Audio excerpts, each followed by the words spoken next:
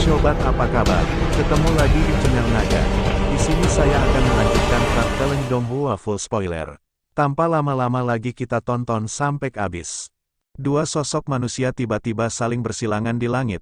Ledakan rendah seperti guntur terdengar di langit saat tangan dan kaki bersentuhan. Sosok-sosok itu melakukan kontak sesaat sebelum mereka dengan cepat melintas dan mundur. Langkah kaki seseorang agak kacau. Jelas, dia menderita kerugian kecil akibat tabrakan dahsyat itu. Hihi, penatua pertama Suqian. Apakah kamu benar-benar memperlakukanku seperti Han Feng saat itu? Kaki Han Feng mendarat di udara kosong saat dia menstabilkan tubuhnya. Dia dengan dingin menertawakan Suqian, yang terhuyung-huyung tidak jauh dari sana. Tidak disangka kekuatanmu meningkat sebanyak ini selama beberapa tahun ini. Namun, taktik kecil ini sepertinya tidak cukup jika kamu ingin mengalahkan diriku yang lama. Suqian mungkin sedikit dirugikan, tapi dia tidak kehilangan dirinya saat dia menjawab dengan suara lemah. Orang tua, aku hanya bermain-main denganmu. Apa menurutmu aku hanya punya taktik kecil ini? Jika aku tidak kehilangan api hati laut milikku, membunuhmu tidak memerlukan banyak usaha. Han Feng menggelengkan kepalanya, namun, suaranya baru saja terdengar ketika fluktuasi energi panas yang luar biasa kuat tiba-tiba ditransmisikan dari langit dalam jarak yang cukup dekat. Bahkan ekspresi Han Feng sedikit berubah saat dia merasakan kekuatan fluktuasi energi ini. Tatapannya segera beralih ke sumbernya sebelum matanya tiba-tiba menyusut. Xiao Yan. Seorang pemuda berjubah hitam sedang mengepakkan sayapnya. Dia melayang di udara ke arah pandangan Han Feng. Ada dua kelompok api berwarna berbeda di atas tangannya yang berinteraksi satu sama lain. Mereka melepaskan gelombang energi yang sangat liar dan sangat ganas saat mereka bergabung. Han Feng tidak asing dengan situasi seperti ini. Saat itu, dia terluka oleh teknik Do, api surgawi, milik Xiao Yan. Dia berakhir dalam keadaan menyedihkan karena jiwanya meninggalkan tubuhnya karena teknik ini. Oleh karena itu, hatinya bergetar hebat ketika dia mengetahui apa yang sedang terjadi. Dia dengan jelas memahami bahwa kekuatan mengejutkan dari teknik Do teratai api Xiao Yan pasti akan menyebabkan kerusakan besar bahkan pada Do Zong Elite.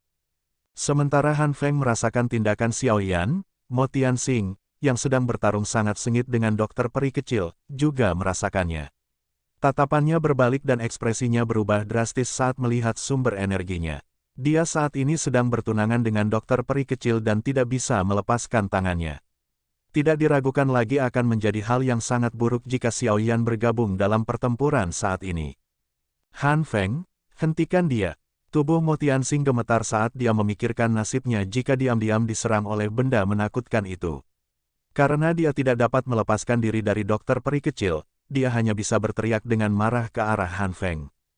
Alis Han Feng berkedut sedikit setelah dia mendengar tangisan Mo Tianxing. Dia mengertakkan gigi dan berkata, Fang Yan dan dua sampah lainnya bahkan tidak mampu menghalangi satu orang pun. Tubuhnya berbalik, dia mulai bergegas ke tempat Xiao Yan berada setelah kata-katanya terdengar. Apakah kamu menganggap diriku yang dulu tidak ada? Suqian tertawa ketika sesosok manusia melintas dan muncul di depan Han Feng saat Han Feng bergerak. Pergilah, dasar orang tua bodoh yang tidak akan mati. Ekspresi Han Feng menjadi dingin. Dia melambaikan lengan bajunya dan pilar doqi yang kuat melesat ke arah Suqian. Langkah kaki Suqian sedikit terhenti.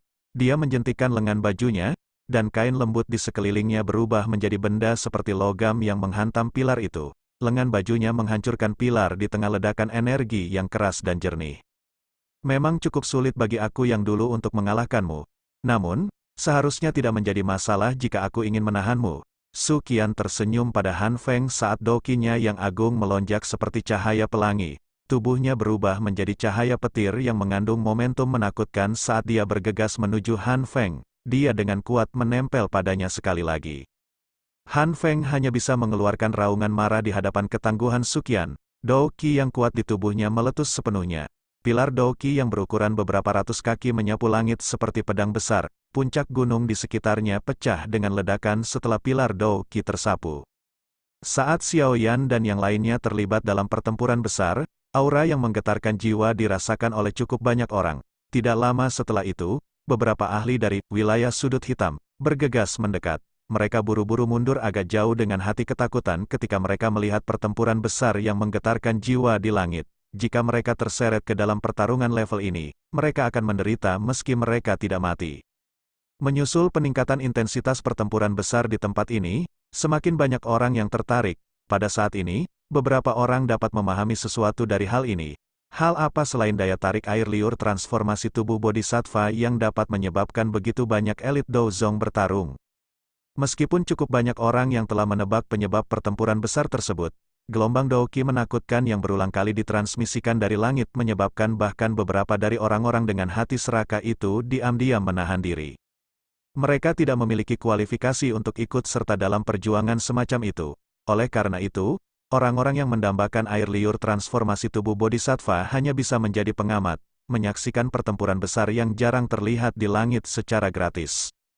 Pemimpin Sekte Mo, Han Feng, siapa yang bersedia menerima ini? Suara Xiao Yan menyebabkan ekspresi Han Feng dan Mo Tianxing, yang sedang bertempur, berubah. Lawan mereka bukanlah orang biasa dan mereka harus memusatkan perhatian penuh pada pertempuran. Tak satu pun dari mereka yang berani diganggu. Jika Xiao Yan menggunakan teknik Dao teratai api yang sangat kuat untuk menyerang mereka secara diam-diam, kemungkinan besar nasib mereka akan sangat buruk. Jika mereka tidak berhati-hati, lawan mereka akan mengambil celah mereka dan memberikan pukulan fatal. Pikiran ini muncul di hati mereka berdua seperti kilat. Mo Tianxing melepaskan diri dari dokter peri kecil beberapa saat kemudian. Dia buru-buru tersenyum dan berkata pada Xiao Yan, pemimpin Sekte Xiao, tolong jangan gegabah. Xiao Yan melirik Mo Tianxing. Dia tersenyum ketika dia bertanya, apakah pemimpin Sekte Mo ingin terus bertarung? Mata Mo Tianxing menyapu sekeliling dan hatinya tenggelam. Dia tidak menyangka Xiao Yan mampu membunuh ketiga tetua dari lembah api iblis secepat ini, menyebabkan situasi menjadi sangat buruk. Dia sudah dirugikan dalam pertempuran dengan dokter peri kecil. Jika Xiao Yan, dengan kartu trufnya yang tak ada habisnya ditambahkan, itu hanya masalah waktu sebelum mereka kalah. Mata Mo Tianxing dengan cepat melompat-lompat. Sesaat kemudian, dia hanya bisa menghela nafas, menangkupkan tangannya ke arah Xiao Yan dan berkata, kamu memang layak menjadi kepala gerbang Xiao. Nenek moyang ini, Dozong, kini telah mengalami taktik seperti itu. Lupakan, Sekte Kaisar Hitam tidak akan lagi ikut campur dalam masalah ini hari ini. Kegaduhan segera terjadi di sekitar pegunungan setelah kata-kata Mo Tianxing terdengar. Banyak tatapan kaget menyapu ke arah pemuda berjubah hitam yang telah menakuti elit Dozong dengan satu kalimat. Prestise seperti itu bukanlah sesuatu yang bisa dicapai oleh orang biasa. Pemimpin, gerbang Xiao, memang memiliki kemampuan menakutkan yang bahkan ditakuti oleh seorang elit Dozong. Setidaknya itulah yang dikatakan dalam rumor. Kata-kata Mo Tianxing juga secara alami terdengar di telinga Han Feng. Ekspresinya langsung menjadi sangat jelek. Setelah kehilangan Mo Tianxing untuk menahan dokter peri kecil, bagaimana dia bisa menghadapi dua Dozong dan juga Xiao Yan, yang sedang menunggu untuk menerkam dari belakang, sendirian.